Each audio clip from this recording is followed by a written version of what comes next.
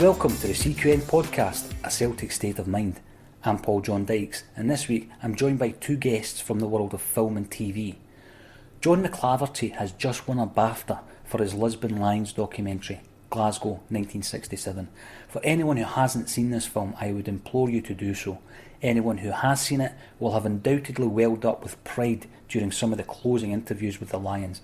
A magnificent piece of work. Phil Differ's name is synonymous with Scottish comedy. Scotch Wry, Naked Video, City Lights, Rabsy Nesbitt, Only an Excuse, and many, many more. With these two as company, I've got to say that this was the easiest podcast I've ever produced. The first voice you'll hear is that of Phil Differ, chatting about the legendary William MacLaverty. Sit back and enjoy A Celtic State of Mind with John MacLaverty and Phil Differ. Willie used to live in Shawlands. I used to meet him all the time. First time I met him, it was Johnny and I were at a BBC singing. Willie came right up to me, Johnny, and he grabbed Johnny by the throat and he went, "Come here, you bastard." And so just I'll laugh about it. But he was brilliant. What was it? He said, "Who are these pygmies snapping at my heels?" That was his. When he was pretending to be offended by it and all that. But I think at first, when you start impersonating people, it's quite hard. They don't know quite how to take it. Because I remember Souness, saying, I can't do the Souness voice. Can I just say something here? And he says, I don't speak like that. And his wife was absolutely wetting herself because Johnny was doing him. We were at a Chinese meal for some reason. Souness and a bunch of them were there. But Johnny was doing Souness to Souness. And his wife was killing herself. Souness couldn't see it at all. Who do you think he was doing? Is that why the wife left him? No, it was wife number two. It wasn't the Catholic wife, it was Karen or something like that. She was a nice lassie. But that night it was Souness. I don't know why we were having a Chinese meal. Souness was there, Alec McLeish, Big Rambo, Big Rambo, Big Alan. Yeah. He just flown in from Bayern in München in Germany. And Chick was there as well. We were all there. One of these weird things that happened, but I digress. So I know there were good days, and the thing about Only an Excuse in the very beginning was there wasn't anything like that. And that's the thing, to be the first is that's something pretty special, and we had that incredible freedom because nobody knew what it was going to be like, and so everybody just go on with it, guys. And if it bombs, it's your fault, and then it gets more successful and more folk kind of get involved, and you kind of lose a wee bit of your freedom on it, But it was a great time of that. Yeah. And in the early days, Phil, as I was saying to you, I was still at primary school, so we were exchanging the tapes on kind of bootleg fashion. I know. And it created a bit of a cult. And it cost me a fortune. It cost you a fortune. So was that the most exciting times in the early days where you weren't quite sure where it was going to go? No, that was it. I remember quite recently, a few months ago, on Offside, they were off the ball.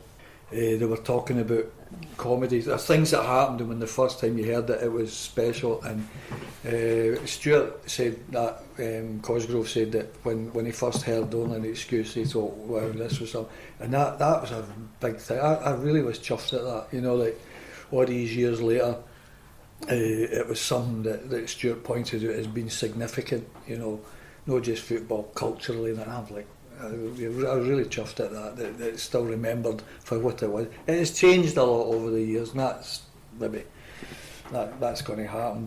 But the initial days, that's when we were doing exactly what we wanted to do with it, and it was all about football. That was pretty cool. Now, you've spoken about a few people you've met who have been impersonated. Have you ever had any bad reactions from anybody? No, there was Gordon McQueen wasn't very pleased one night.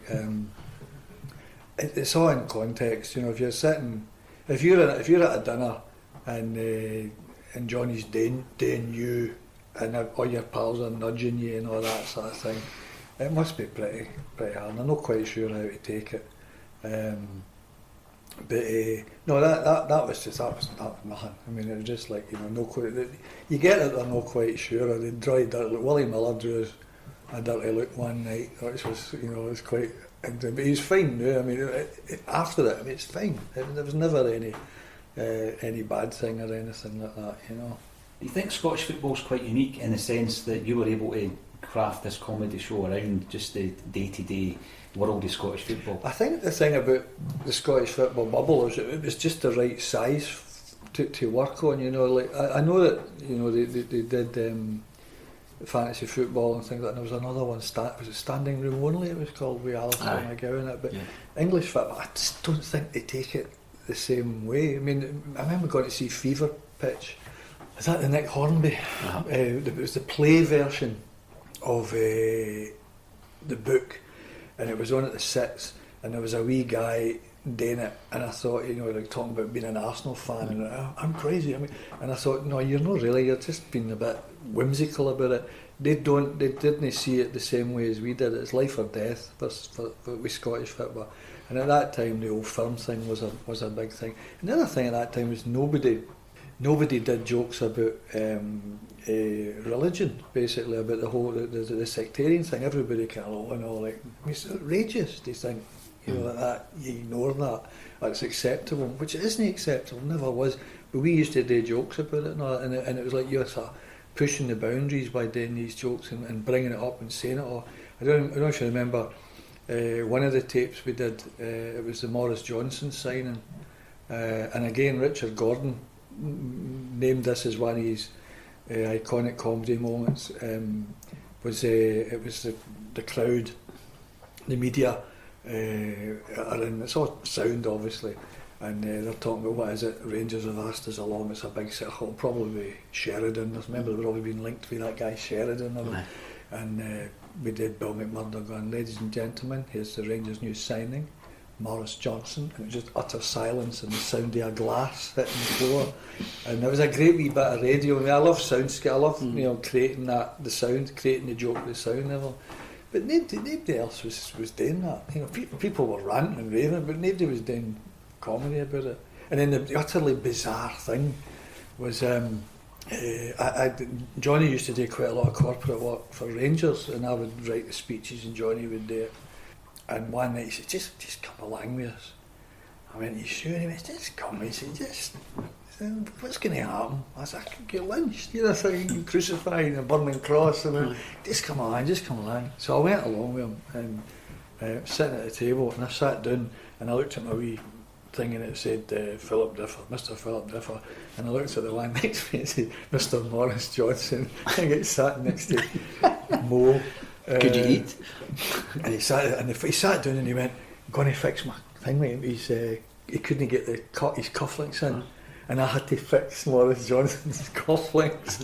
What the fuck am I doing here? Was it like doing this? And it's just utterly bizarre. He was a hate figure. That to me was like, I didn't realise he's just another mercenary football player. Basically, he was just doing his thing. I do remember the day that he signed, and that was like because Rangers had just got a bit better, and then Morris was supposed to come back to Celtic. Aye. And I was of that age where I totally was delighted about this news. I sort of thought, right, that's the saviour is coming back. And then when he actually, I remember I just finished my hires or something like that, and I remember my mum telling me, and I'm like, I actually feel sick. Do you know, just sort of shock. Actually being shocked by it, and sort of sitting there going, no, that can't be. I know it was cataclysmic. It was a great move for Rangers because they got a great signing and they got it right up Celtic. Totally. And arguably, Celtic never recovered for that. The entire season. Exactly it was right. Like, bloody hell, it rattled. That was a really clever one. But I remember the day that Andy Hutton worked at BBC. Andy phoned me up and said, listen, there's a rumour going, the place is going mad that Maurice Johnson signed for Rangers. He says, check the Daily Record, because that was the font of all. And I picked up the Daily, looked at the back page, and there's absolutely nothing. Because Andy, I'm looking at the back page right now, and there is absolutely nothing here. It's crap, it's rubbish. I turned the front page, and it was a full picture, and it was Mojo, and they'd sort of dubbed or photoshopped a Rangers top on it. It was a picture that I knew the picture, and it was a Celtic top. And and I went, oh Christ, this is Andy. But was it not the Sun that broke the story? Was there not? There was a shift in the power of Scottish papers because my memory was it was direct, but it was in the front page. I think it was anyway. I think the Sun got the splash, and that was like, or they broke the story, and that was like a moment for the Record to go, oh, hold on a second, because the Record being when people talked about getting the paper, what they actually meant was the Record. And I met a guy, and I got to the BBC, Jimmy Harvey. I think Jimmy lived Mary Hill actually. Jimmy's passed away now, but I met him up the canteen. And he's like ashen white, and he went, well, have you heard? And I went, aye. I goes, what do you think? And Jimmy's phrase is like indelibly stamped in my mind. He says, I curse my eyes for ever having gazed upon the article. That's what and walked away. And I thought, oh, brilliant! That was I never forgot that. But it was a sense of hope, because remember Johnston's form for Scotland at that time was tremendous. He scored something like 6 goals in qualifying, didn't he? Aye. And he was a cracking player. Aye, and then obviously he was paraded in the hoops. And I remember going to the St Mirren game, which would have been the last league game of the season prior to the Celtic Rangers Cup final. And Johnston was at the game, sitting in the stand with the shades on. Yeah. Celtic supporters had gone away and bought the new away strip with Johnston 9 on the back. Yeah. And then that happened. He travelled on the bus with the Celtic team to the cup final against Rangers. He was on the team coach. Wow. And then he did that. The thing, I mean, to say I've never forgiven him for that's a bit strong. But the thing that I thought was pretty poor, and I'm sure it bothers him, was when he scored against Celtic and he kissed the badge. I thought that was so disrespectful. Aye. And that's the thing that, how can you respect somebody that does that? Like fine, sign for who you are and all that, but you've seen guys doing it. The famous one when Dennis Law backheels the ball in against for Manchester City against Manchester United, Dennis, and he turns away, and the look, and he's done his job. And Larsson, when he scored for Barca, you knew he was going to score. You just knew he was going to score, and that horrible feeling. But Johnston did. I thought, nah. I curse my eyes for having gazed upon the article. I thought that was beyond the pale. I thought that was like, it's like the end of an era and entering modern football where players are mercenaries, which is just quite normal now, isn't it? But that was the first time feeling really disappointed in somebody for doing the dirty on us, going over and playing for Rangers. And again, what you said, it was a great signing. Oh, it was a great signing for them. I mean, that Souness must have looked at that sort of, we can pull this off. A really good chance they'll never recover for that, and we didn't. But it was a weird thing as well, because of course, to an extent, you've got to applaud Rangers for ending the sectarian signing policy. Oh. So you were sort of in this predicament, because you were at some level you should say, well, this is good because that was sectarian poison, like institutionalised, and now they've made a gesture to, I mean, yes, there's plenty to say about that, but you were sort of going, they've made a gesture, they've signed a Catholic, and we should all be quite pleased about that. Oh no, they've signed Mo. They've signed our weapon. They signed a good Catholic. You wanted them to sign some Diddy for Sheffield United. That Sheridan, it was always a bit like Sheridan.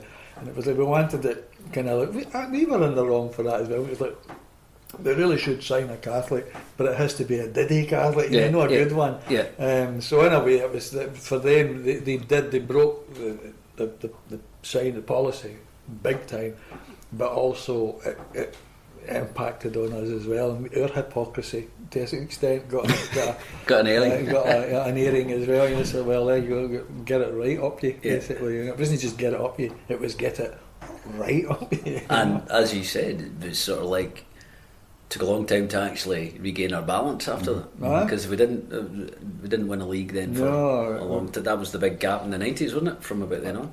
I remember we were up St Andrews, went on holiday up St Andrews, and I remember the Sunday Mail. Johnston's first game for Rangers was a closed doors game against Airdrie, and it was a picture. Maybe you get these sort of surreptitious photographs, a big long lens. Through the stands. And through somebody's living room and all that, who lived near the stadium, and Johnson, and that's when I thought, no, he is going to, because I thought somehow I thought he would, maybe a change of heart or something, something would happen. Or, there's all these rumours, wasn't there? That like, if the heat's too much, he's got a clause in his contract. I mean, all these things somebody told you in a pub. I got to know Walter Smith quite well. I went to a lot of things and he was there, and I talked to Walter about that, but the pressure of that. And Walter said that the thing about Johnson was he had the right personality for that. As Walter quotes, he says, "I've never known anybody who couldn't give a fuck more than Boris Johnson." That was the way Walter described him.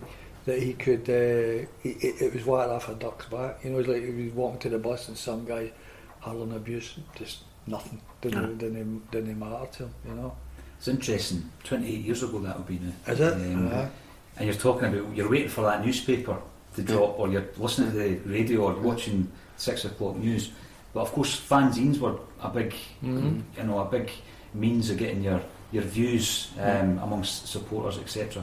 But again, that goes back to when you were doing your show originally, filming the tapes, and you spoke about it getting in the charts, and that gave you a bit of thrill when you went into one of these record shops. We got in the days of when you went into a record shop, and it was records. Vinyl was still there. I don't know it was vinyl's back, but it was vinyl and cassettes was the thing. And I can't remember, was it Listen in Renfield Street? And I went in. And it was all that it was looking at the cassettes, and only an excuse was only released on cassette. Right? It was only cassette. And I went in, and somebody had said to me, "It's number 12 in the album charts." And I'm going, "You're joking?" And they went, "No, it is." And I went and bought an NME, and I looked up, and there it was. And I'm going, "Bloody hell, you're in the charts, boys!" Cut it out and stuck it on the wall and highlighted it and all that. And I was in Listen record shop, and I'm still a bit of me no believing it that's in the charts. And I went over and it was O, and there it was, Only an Excuse, and right next to it was Ozzy Osbourne, and I was like, "Yo, we've made it," But there was Only an Excuse, Only Another Excuse, and Only a World Cup Excuse. That was the one, the double, and they all get into charts. The first one got up higher, but they all get into charts. Because by the third one you're like, "Oh, we're in the charts again," so that was it. But that was a great moment, that one. I was so chuffed at that, Did you always see the potential for it being transferred from audio to the visual side of it? Aye, because what we did was we did the theatre. We toured it. I think it was 90, 91, 92. We toured theatres. And then we left it a bit, and then we brought it back as a one-man show, and Johnny did it. I think we did 3 one-man shows. So it was the theatre that really, the 91, 92, 93, and I remember being in the pavilion, which was like a natural home for it, that like a pavilion audience. And we were doing, the sketch we were doing was Scotch Sport European Special, and it was Jim White and Jerry McNee talking about Rangers' run to the Euro. The time the Marseille, remember they got the semi-final, and all the lines was Jim White, Johnny as Jim White's going, so Jerry, there was Rangers ravaged with injury, but Jerry, they got the result, and that was all. There's not even a joke there, and Johnny was doing it, and the audience, Colin Gilbert he said it was the closest he'd ever seen in a place to mass hysteria, because they'd never seen this before. This was all new to them, and Johnny, that was the beginning of the second act, and it was a bit that in Kirkcaldy it ran for 10 minutes, and this was like half an hour, and we had another half an hour, and they're all going to be exhausted. But I also remember that. But Jerry, they got the result, and he just kept, yes, Rangers got the result. Jim and Jerry were brilliant. That was a great wee moment. But the theatre, that was the thing that we then created a sort of visual version of it. Great thing about radio is everybody creates it all for themselves, but when you've then got to do it. So when you get, Ali MacLeod, Tony would stick a big stupid nose on, and when he was Archie Macpherson, he would have a box of Weetabix. He just sat big Weetabix box, just visual clues as to what we were doing. And then it was then after that, or during that, the BBC wanted to do it as a, say we'd look, could do this for telly, which was that was what we ended up doing. And it's become a staple part of every single New Year now, isn't it? Aye, well, see, the thing was, like, before that, I used to do Scotch and Rye as well. I'm Mr. Hogmanay. Did Scotch and Rye. Did 4 years of Scotch and Rye with Ricky. And in a way, when Scotch and Rye was coming to the end, and only it's just come up, and again I felt pretty bad at that. You know, like Ricky's seen this. What programme is it they're doing? It's actually my programme. You're like, he didn't know anything about football. You're like, betrayal, you know. However, we did the Jolly trilogy, as we call it, when Ricky, he did I Am Jolly for 3 years, which was good because it meant he could just concentrate on the one person. So, but there was a kind of, as he was going down, we were coming up sort of thing, and that was the crossover. And it's changed over the years. I mean, there's an element. It's less football, more a sort of review of the year type thing now. But essentially, for me, it's always been a football programme. That's where it began. That's where I'd love it. I love to say that's where it'll end, but it'll know it. It can't have much longer to go. Does Scottish football ever disappoint in terms of the characters they give you? The stories. There are always characters there. I think they're more. I think the difference is, like, when we started doing it, there wasn't like kind of fanzine internet culture sort of thing. Basically, these guys could say what they wanted with impunity. There was nobody laughing at them or pointing out that, you know, that rubbish or whatever. And then suddenly, there we were impersonating them, taking the piss out, and that sort of thing. I think they're more guarded now, so they're less honest and open, so there's less there to make a fool of. But I mean, if you could still do a total football, just nothing to do with politics or just football, we could always do it. You know, you could do one on, you know, Scotland's failures, for example, which is now like, that's back to being the norm again. Mm-hmm. And the way that they whenever there's a vacancy, it's the same guys that they bring out. I mean, I was on off the ball recently, about a year ago, and they were bringing in some other guy that used to play for Rangers. He was their special guest. It's basically a guy doing a job interview, and I'm going, oh, surprise, surprise, another ex-Rangers guy. Oh, he must be out of work. And Stuart's, to be fair, he was laughing because he knows exactly what it is. You know, somebody phones up a pal, I'll get you on. You know, like Kenny Shields. Mm-hmm. Always on doing a job interview whenever he loses a job, you know, what's wrong with Scottish football? It's just a bloody job interview, you know. But anyway, I don't want to slag off BBC Scotland. That's not fair. They've been good to me. When you started doing the show in the 80s, Scottish football was thriving, wasn't it? Mm-hmm. We were getting into the finals of every major tournament virtually. The teams were doing pretty well in Europe, and now we're sitting here all these years later. Has it gone too far in terms of Scottish football, the team Celtic flying a flag in Europe, but time and time again being reminded that perhaps the Champions League is maybe that step too far now for Scottish teams? It's a funny one. Even further back to the 80s, in the 60s, you know, Scottish football teams, Hibs, Dunfermline, Comat, were regularly beaten. The cream of Europe, Valencia, Eintracht Frankfurt, all these teams would come over here and we'd get Inter Milan, Rapid Vienna, and Dunes. Somehow, whatever we were doing then, we were doing it right, and we've no learned or we've no progressed, and we're gradually getting worse and worse. I mean, like, I don't know the answer, but I think maybe the common denominator through the whole slide has been the SFA and the way they run the game. And whenever a problem, the fish, they'll get, what do you call them out? Henry McLeish or something like that will do a survey or produce a document like this, and they'll go, thanks very much, throw in the bin, and start saying, going on about grassroots, whatever that means. But we're no learning. You know, there's teams from Norway and Sweden and dare I say it, Luxembourg can now gear teams are doing. And there's something wrong somewhere. There must be. I wonder if sometimes feel the Champions League is part of the problem.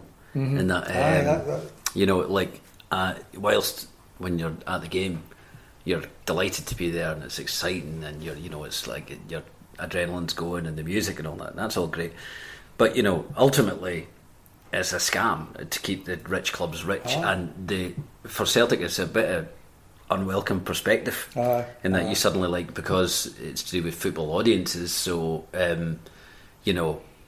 ourselves and even clubs like Ajax and all that are sort of like, you're like, you're the guys with history, you're the guys who are sort of interesting and you've got fans who'll provide spectacle and that's great, but when we played PSG and the forward line's costing hundreds of millions, and it's not really a surprise, and I think we could question the Champions League a wee bit more about whether it's in fact a welcome thing. Of course we want to be in the Champions League every year, but then you sort of like, do you have to question whether that's all these like fourth place in England getting in, and also there was that proposal a few years ago that clubs like Man United and Real Madrid and all that should get in automatically. But they called it legacy placements or something like that.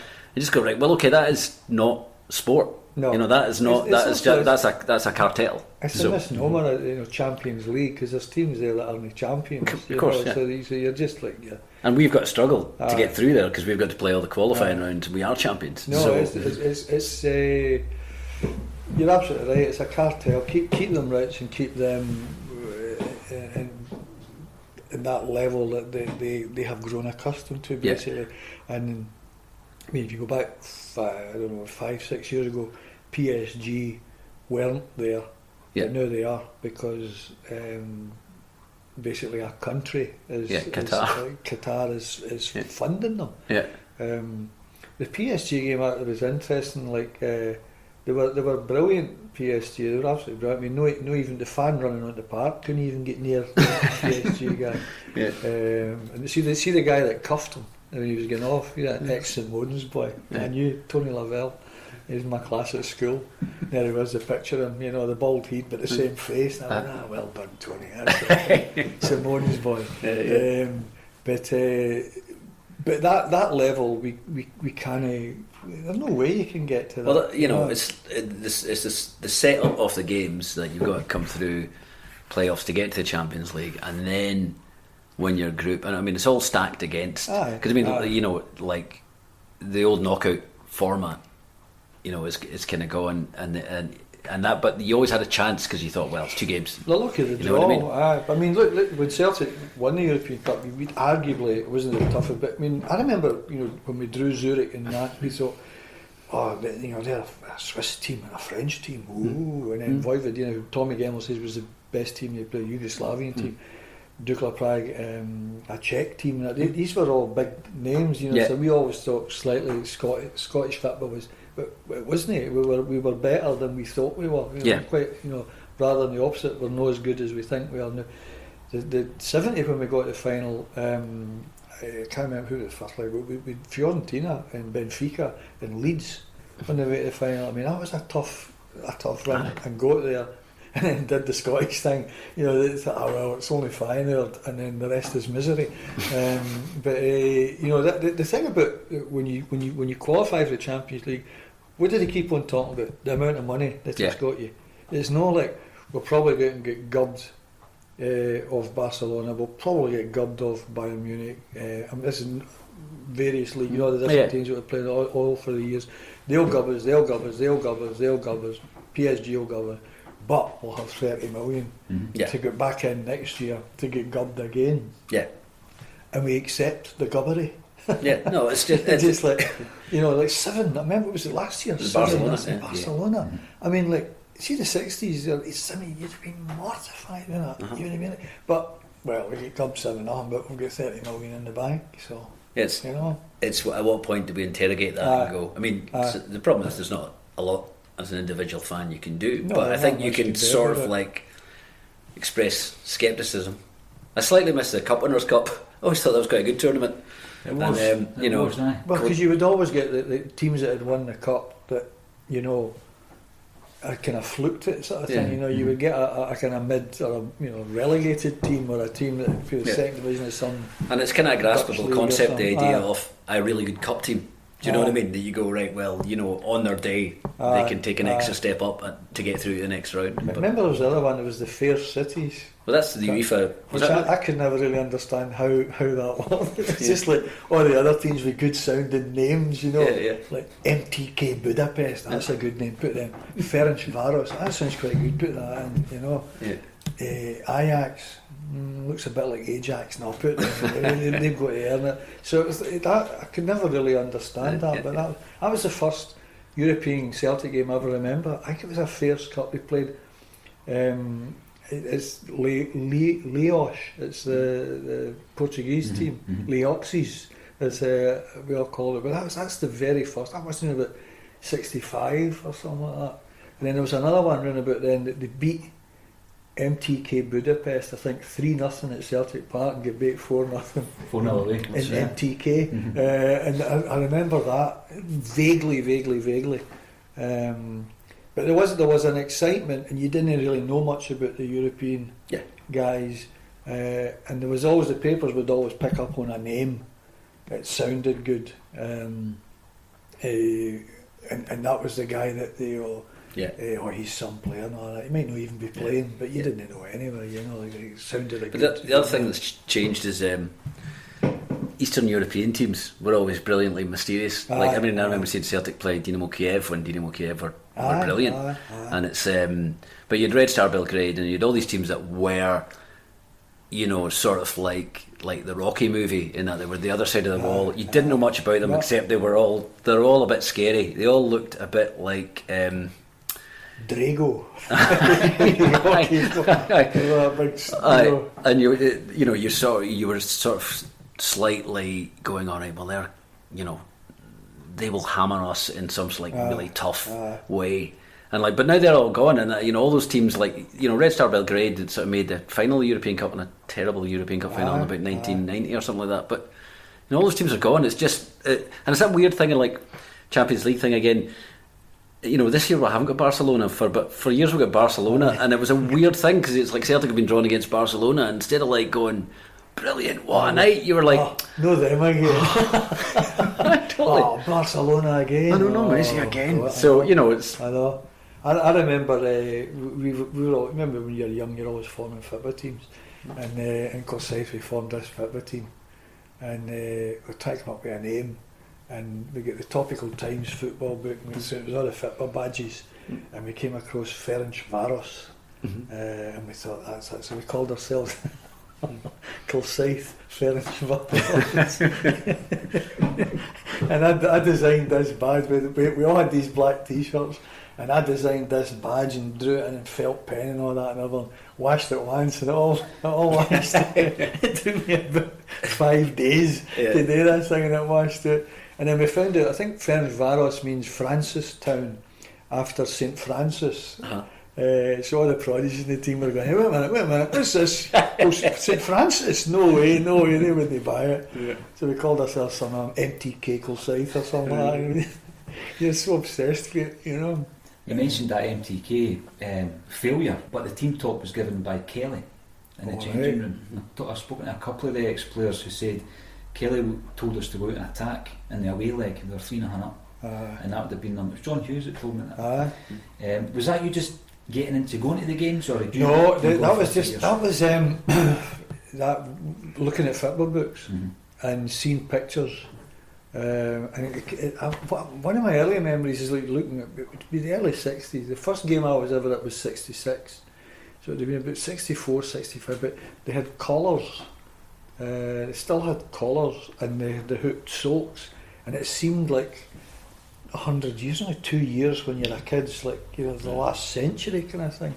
And then my uncle Harry said to his wife, he said, how do you fancy going to a Celtic game? And he took me, God love him, he took me, his son, another cousin and another cousin. He took the four of us to a game, and we went in style. We were in the stand, and we got a big, the big pictures you used to get of the squad, kind of embossed thing, rolled them up and all that. programmes, and they bought us all that, and we were in the stand, and Celtic won. I think it was 6-0. It was Clyde, and it was a League Cup. Remember that we qualified? It was in August, 66, and they beat Clyde 6-0 at a canter, and that was the start of it. You know, I loved the being high up in the stand, looking sort of doing it, because every game we had a lot of junior games, junior football. But you were down there looking at it like the amateur football. You were all about this idea that you could see there and there and all that and everything. And that what age were you? In that time, 66, I'd have been 10. Right. I was 10 then. It's great being with men and shouting, isn't it? They're like, because you're sort of told not to sort of, you know, not to shout at you. Wouldn't shout at people and you get a cover in the ear, but like you suddenly go to a game. This guy's going, "Come to fuck, referee!" and you know, like, my God, you know. And I loved all that. And do you know what I used to love? You know, like Jock Stein is revered, and obviously rightly so. But there would be guys, you know, like shouting criticisms, and some wouldn't go right.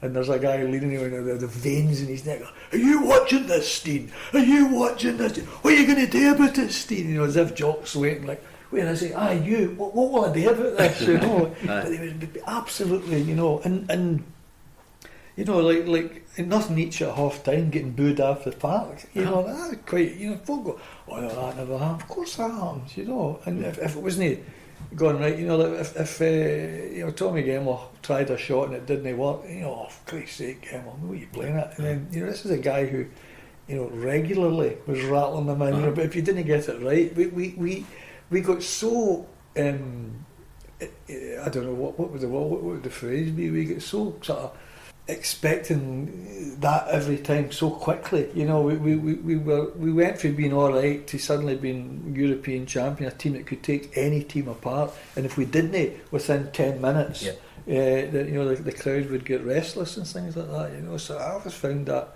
we very quickly take it for granted, and that's what we shouldn't do with this era. Just enjoy it. It won't last for some reason. You know, players will leave, or Brendan will leave, or whatever. But just enjoy it. That's what I keep saying. You know, like, you know, no, you got to do that, because it's such a transient game for you. So 1 minute you're there, next minute something happens, and you're, "Oh, woe is me," you know. When you think back to the season where Celtic won the European Cup, and you were at some of the games leading up to that at home, can you remember the actual final itself, where you were when that was? Oh God, vividly, sitting in my parents' house. It was a glorious day outside. I remember it was the day just seemed to last forever. It was a 5 o'clock kick-off, or was it 5 o'clock or 5:30? My memory of it was 5. I'm sure it was 5. Anyway, I should point out that every time I did the documentary, there was games that I thought I wasn't at, and my pals are telling me after, "No, you were definitely there. You were definitely." So your memory does go, but it was. I remember watching the game. And being incredibly nervous and doing a lot of praying before the game. Hail Mary was always a favourite of mine. I wasn't quite a Rosary Beach guy, but the Hail Mary was getting it. And then the game goes, and we talked about this earlier, like how 90 minutes was an eternity when you were young. And it seemed to go on forever and ever. And of course, Inter Milan scored really early, and you just know that means they're just going to shut up shop, and that you're going to have to break them down. And the Inter Milan goalkeeper who died recently, Sarti, what a game to get him. He was just totally, everything that fired in, he would pump one horn, and it was just even in a great game. Was it something like 28 shots on target? I thought Celtic had. But again, I didn't realise this till later. I read that in the first 10 minutes, Steen had said to the team, every time you get the ball, get to Jimmy, to Jinky, get to Jinky, and then he says that'll make them think we're a one-player team, and they'll put all the effort in them. And I mean, that's an astonishing piece of psychology, to control the thoughts of the other team. Every time they get a ball, get to just make it look as if that's the one. So then they all go there, and it makes up all the space for all the other. Jinky thought he didn't have a good game, and apparently when he came off, Steen said to him, "No, you did exactly what you should have been doing. You did exactly what you." That's it. You know, and he created all that all the space for everyone else. And Bobby Murdoch, I'm just going to start greeting you. No, it sounds like this is an act I do, innit? Just let it turn up. When we made the documentary, Phil basically said to me, we were interviewing Phil in this bus outside Celtic Park, and every time he'd get into his stride and start talking poetically about the Lions, and then he would burst out crying, and then he would swear loudly because he thought that we couldn't use it basically in the documentary. If I swear, we'll not be able to use it, but these guys are very clever. So we managed to cut around it, but it was, But I mean, I think Bobby Murdoch, somebody hit Bobby Murdoch early on. I think he hurt his right ankle, so he just played the whole game with his left foot. Like what? And I remember the frustration of watching it. I was sitting in the house. My mummy was making the dinner. My father was working late, and I was there myself. There wasn't a lot of crowd or anything like that. I mean, I was only 11 at the time, and I remember watching, and it was like a boxing match where you know that the guy is going to go down eventually. It's just like the frustration of when. And again, I saying, the 15 minutes to go. That was ages. That was 15 minutes. And then we score, and then we score again. And if you watch, when the second goal goes in, there's the Milan captain Peachy kind of claims for after, and it's one of the ones that's kind of, oh fuck, because you think he's not wanting another 30 minutes. Let's just get off. They know they're beat by that stage, and I love that when they score a second and they're all kind of Bertie Auld just can ruin them all, like just keep the heat, that sort of thing.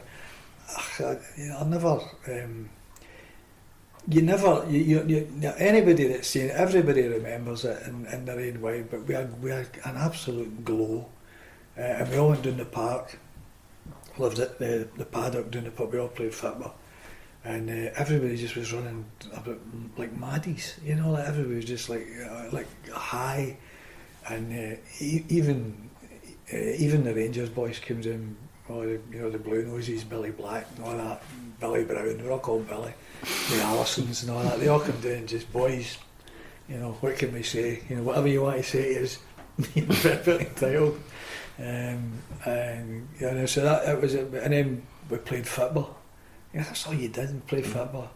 I'm Gamble, no I'm Gamble, no I'm Gamble, I'm Murder, no I'm Murder, I'm always Murder, all these things. Remember when you did that? When you had to be one of the players, and then you had to try and play like them, so you'd be folk attempting shots for 30, 40 yards, these trundlers, but that was incredible. And then that Christmas, we all got Lisbon Lions thing. There was a book, Celtic Triumphant that was the official book. But we all had like Celtic pens and Celtic pennants, like pens that burst. It's not like Celtic European champions, and you're opening and you realise ink up your pen up your arm, your exercise jotter and all that sort of thing. But I just thought, and it's only like August to December, just that wee bit, I just remember it, like this kind of like we'd arrived, we were at the pinnacle. When I go back to that time, in 1967, 68, that the music at that time was just astonishing. And it was 68 when I really, really got into music, like the best top three of all time for me was Money Money by Tommy James and the Shondells, Fire by The Crazy World of Arthur Brown, and MacArthur Park by Richard Harris. That was the top three through that summer. But this is 67 we're talking about, and a song that summed it up for me, and it also because of the sort of the title of the song was Daydream Believer by the Monkees. I still think that is one of the happiest, and it must tie in with that. And I must say, I was doing a gig one night at the Stand in Edinburgh, and it was the day after Davy Jones had died, and at the end of the night they played Daydream Believer by the Monkees. I thought it was a lovely touch, I really liked that. But that's the one I would go for. That sums up. The amount of people have said to me since the documentary went out that they were moved by it because it reminded them of their father or their uncle or another generation. So it's because the players and the people who watched them were just that bit older, and lots of them aren't around anymore. So people were sort of going, that reminds me of a good time I had with like my father or my uncle or whatever, or somebody who was a fan. And it's it's the achievement in itself moved them, but also the kind of memory of people who they loved who weren't there anymore. That kind of moved them as well. So it was, which was nice because it just meant it connected more. When the idea of a documentary was put to you, or perhaps you put it to the BBC, John, you must have been thinking, right, this has been done quite a few times, there's been a lot of documentaries. So how did you then decide, I'm going to do this a wee bit different? What was your approach? Well, yeah, I mean, it had been done and I'd watched it and actually kind of loved it. I mean, it's not, I'm not actually criticising what went before, but a lot of the stuff you'd seen, I mean, around the 25th anniversary, there was a lot of like the Lions brought back to Lisbon, and they'd be walking around the stadium in their chinos and their kind of shirt, and there would be a little bit of like, I mean, the cameras make things artificial, so like, people don't obviously behave the way they do when the camera's not there, so there would be a bit of kind of joshing, but you could slightly tell that it was almost like them going, right, well, we'll have to be the funny guys in front of the camera and all this. So what happened was that somebody phoned me up and asked me did I want to do it, and I thought about it for about half a second and then said yes. And there was, I mean, they wanted it to be much more like a social history, and I was keen on that as well, because that's kind of what I'm interested in, because I didn't want to make it necessarily a sports programme, not to you kind of wanted it to be about the moment and what it felt like to be in that moment and what the city was like at that time and all this. So so I just sort of took the approach that we would try to do something with each of the Lions, and not necessarily like, it would be quite easy to hire a function room in one of the city's hotels and bring them all together and put them in a little horseshoe and get them to discuss stuff. But in a way, like, when we brought like Bertie back to Mary Hill and they went into his old house, first of all, he was completely brilliant and completely delighted about it. And also, that process brought back new thoughts for him. And then we can also like help those guys tell their stories, because we can get nice footage of 1960s or 50s Glasgow. And then, so then when Bertie's telling you about something and we show you nice old footage, then it enhances his story, and his story enhances the footage. So, yeah, I mean, there wasn't necessarily a master plan, but it was to sort of do something different with each of the Lions who we could speak to, and then also, to very much speak to the fans and try and get their stories, and also to dig out old archive. I mean, one of the absolute privileges of making this show is that, you can ask, first of all, you can ask fans if they get any kind of their own home movie footage, and we got some of that, and you can go into the BBC archive and just find stuff. I mean, the footage that's in the documentary of them coming back after the Duke of Prague trip and they come down the stairs, I mean, I hadn't seen that before, and I don't think many people had. And it's only like 15 seconds, but it all makes a difference, because you sort of feel that you're there in the moment. So it was brilliant to do. I mean, I think the thing is, when you're growing up, you dream about playing for Celtic and scoring a goal for Celtic or something. And if you're sort of on really good nights, you dream about scoring a goal in the European Cup final or the Champions League final for Celtic. And then I discovered I'm crap at football, can't play football. So suddenly you're presented with a project where it's like, right, show us Celtic winning the European Cup, put music on it, put images and stories around it, and tell us that story. And that's as close as you can get. That's like an enormous and privilege, and to a certain extent it was a sort of pressure to try and put it together, because I knew that all my pals and people I knew, and actually sort of, the club that I love and support, everyone would be watching it. So you're both like going, right, I have to try and do a really good job here, but also I have to,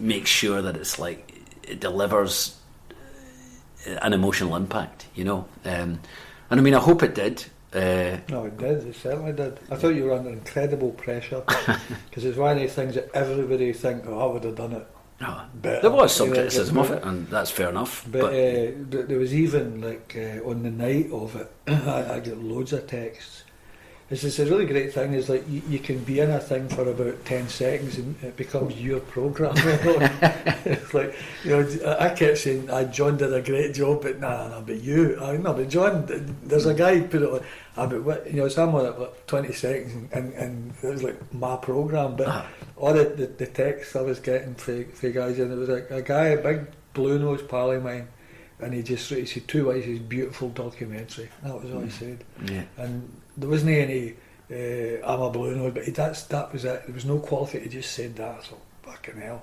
Yeah. You know you've done it right. I mean, a lot of the guys playing my football team, they refuse to watch. You know, I'm not watching that pish. You know, Celtic, get up. You know, I could just watch my bits then, but they wouldn't do it. You know, but it's up to them. But no, I did an incredible job on it. I mean, it's one of these things, one of these stories that everybody's version to them is the definitive version, and they managed to make another definitive version, and you know, like, it is the definitive version for me. It is. I mean, you see, you get footage of the game, and you can do all that, but that was more the social history of it. The guy saying Glasgow was a great town. You can get a doing, but only if you deserve. Oh, he was brilliant. Deserved it as he's making his team. That's one of the things. But it was such a great victory for the ordinary man, because you can't. I don't think people realise how football was so intertwined with society then. And it was such a. You know, there was guys. You know, I live in Kilside. Glasgow seemed, it was 15 mile away. It seemed like the other side of the earth. You know, and there was guys like had nothing else in their lives but the game, and that was it, and would go religiously. There was quite a lot of stories that didn't quite make the cut, but they were good stories. But I mean, you've got to sort of try and balance it and keep the momentum going. I mean, Jim Craig told us that when he was studying to be a dentist, he would be sitting like exams in the morning, and then he'd run down to Argyle Street and get on the bus to Celtic Park. And he'd be going along in the bus, and fans would be getting on, and they're saying, "Oh, what are you doing?" And he's like, "I'm getting the bus to the game." And they're like, "But you're not playing?" He goes, "I'm playing." And he would get he would be on like the 61 bus or whatever, going out to Celtic Park, getting off, going in and putting his boots on and playing. Okay. You know, so it was like, you know, and there was other people we interviewed as well. We interviewed a guy who hitchhiked to Lisbon, and he was like, again, you know, his stories were good. There was a slight problem with the sound, which was my problem, but you know, there were stories that didn't quite make it. We interviewed a couple of guys in McConnell's bar who were also at the game, and you know, it's when you make a documentary, you try and shoot like 30% too much so that you can squeeze it down to what you think is like the important stuff. And I must say, and the editor who worked on the show, Noel Nellis, and Noel's a big Celtic fan as well, and sort of, I think he was actually involved in the making of the Jinky video that was years before the one that was sold, the DVD kind of thing. And so between us we had a great time, but it was also like, you know, we were just very conscious of like everybody's eyes upon us. And the week that it went out, I thought was a brilliant week for the club, because you know, we'd won the league, we had the anniversary on the Thursday, with the cup final on the Sunday, my documentary on the Wednesday, but there was like something every day. I think on Saturday we not beat Rangers. Was that when we beat Rangers 5-1? I think it was maybe the Saturday, or maybe it was the Saturday before that. But anyway, it was like Celtic week. You know what I mean? Every day there was something, and that thing I was delighted about was that the documentary went out UK wide, which is sort of funny because, you know, you're making it for your own community, or you're making it for people who you know and you know about the club and all that. And then there's something quite pleasant about the idea that, like, if you turned on the TV in Surrey at 11:30 that night, they were getting it. You know, you've got that guy in his kitchen going, you know, talking about like how you know the time they had in Lisbon and all that. So I mean, there was something that felt like, well, good. That's good. It's been sort of. I doubt the viewing figures down south were very high, but nonetheless, it was there. It was on the iPlayer and all that. You know, that was special. One of the things that I noticed about it, having watched as much as I could in the past about the Lions, is Bertie's always the guy cracking the jokes and giving you the funnies and that. But I got a sense that there was almost like a realisation. There was a bit, you know, his mood was a wee bit different at points. Yeah. Did you get that from him? Because I know they've lost a couple of their friends fairly recently. Somebody said to me about when I started, and I think it was a good point, that when you talk to them,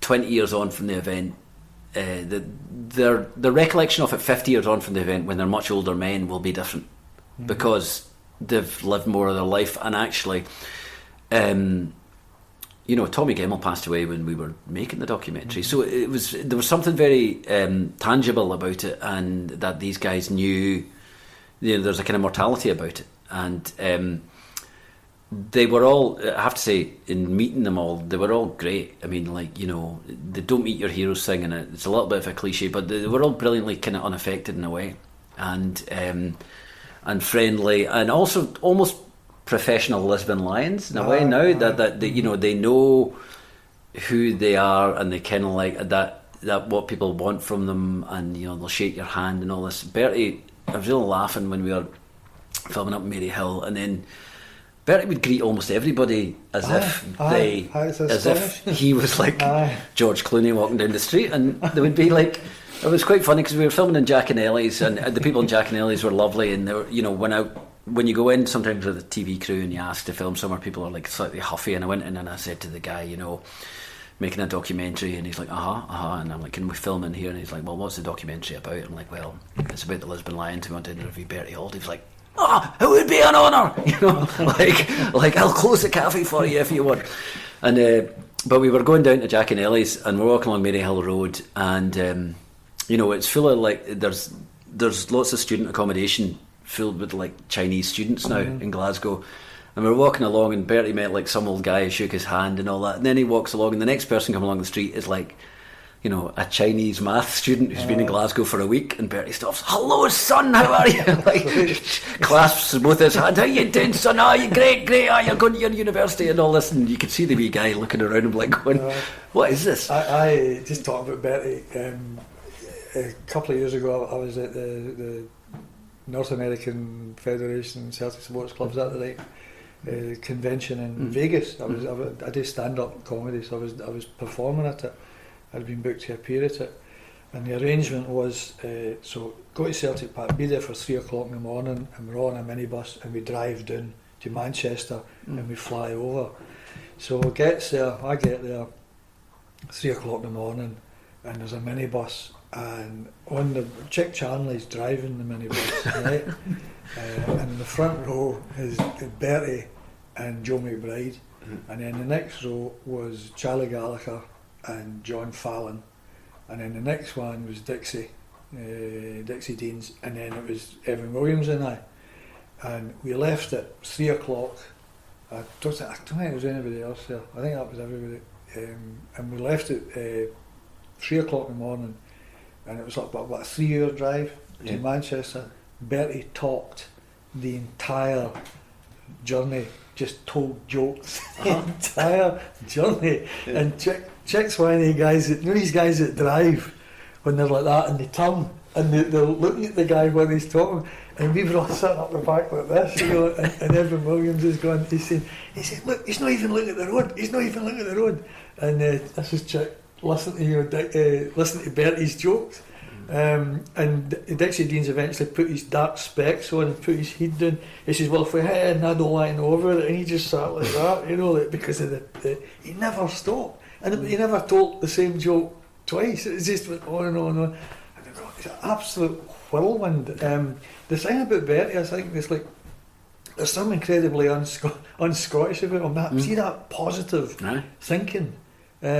See the idea of them in the tunnel and him singing the Celtic song. Nobody else could have, I think I said this on the DVD, the video, the programme. I don't know if it was used. It's like that scene in Zulu when they're all singing Men of Harlech, and even if you're no Welsh, you want to be, because it's so so that glory, that idea of what a song can do for you.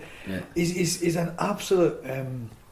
A whirlwind. I mean, I've never met him, but it's almost un-Scottish, that positive thinking. They might have been going out there, wee bit of doubt. There's a photograph. There was one of the books, and there's a photograph, and the picture's just been taken of the team lineup, and they're just breaking away, and they've all got this, the concentration, what they're doing. Bertie's got a big grin in his face, it's like, hurry up, I can't wait to get started. And every one of them must have been that, this is it here, this is bloody hell. When you think about what you're doing, geez, you're praying, you're going through all the emotions that you're going through, and Bertie's getting up with this big grin. And then the Milan guys must have been looking at him and going, what the fuck is this, And he's run round and he's like, the fist pump, and like, oh, fantastic,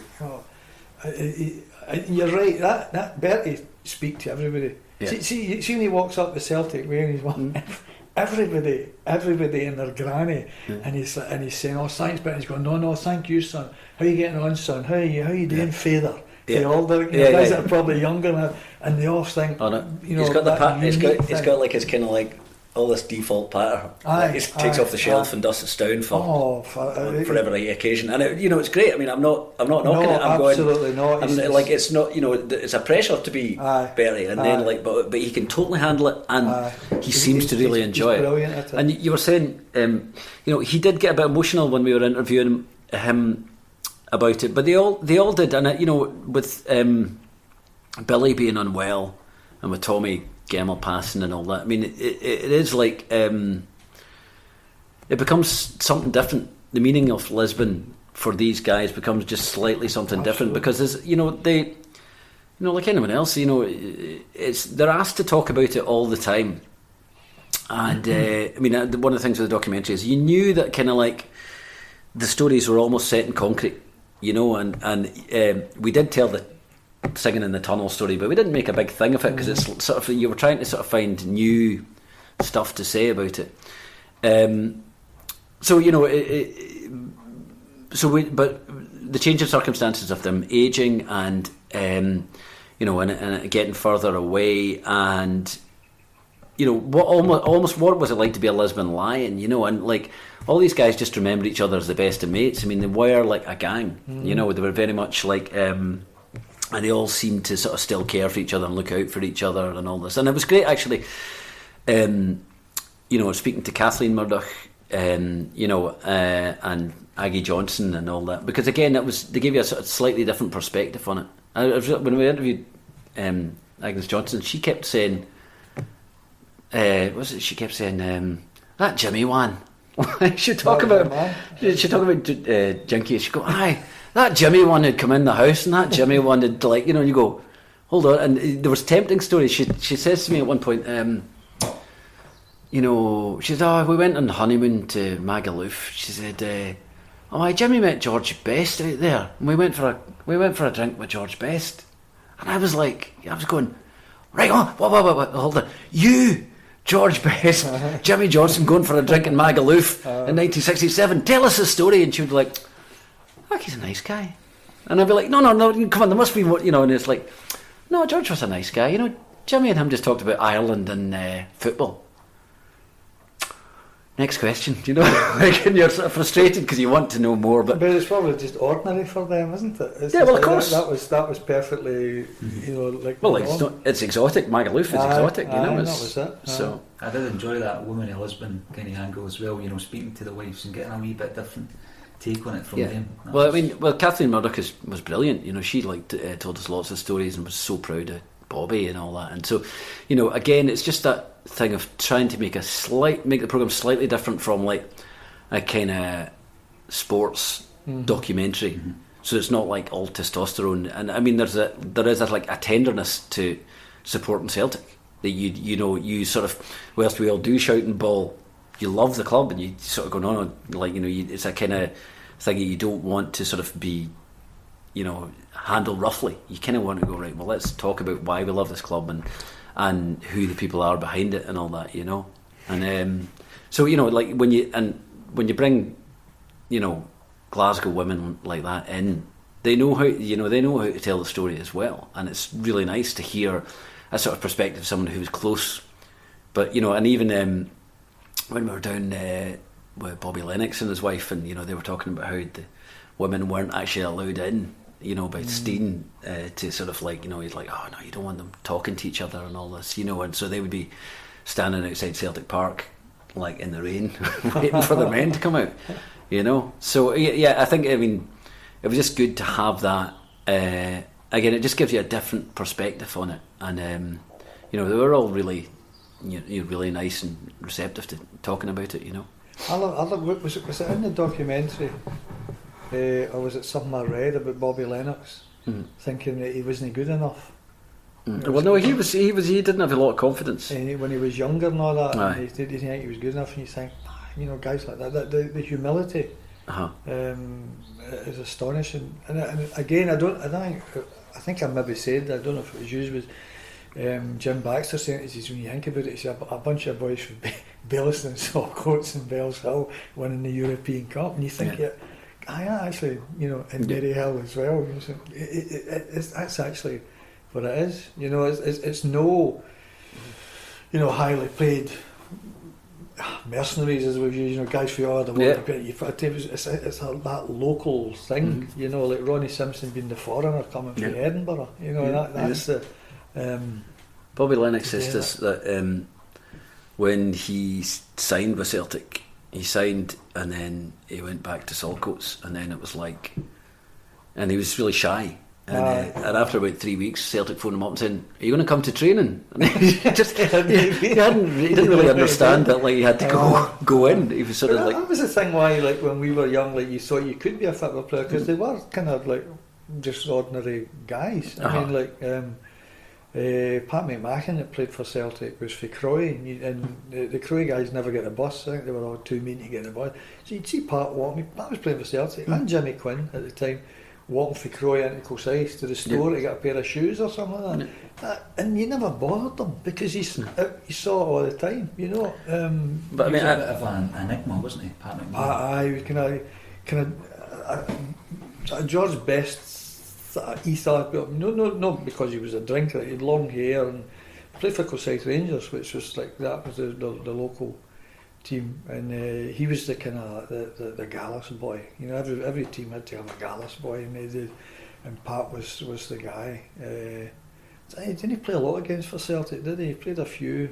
I think he scored in his debut against. Do you not think that's why Tierney's loved, is that you could sort of imagine be driving out to Celtic Park and there being a wee green Astra with Tierney behind it, with the tunes on, blasting out the windows. I think you only need a couple of guys like that. I think peppered in the team to get that, that sort of recognition. I do think that you can bring in foreigners like Lustig, for example. He gets it. Obviously, really gets it. He's funny, isn't he? He's what? That piano thing he does. Oh, aye, you seen that piano in the a bit nuts, but he gets it. But he's had to learn that. Tierney hasn't had to learn that.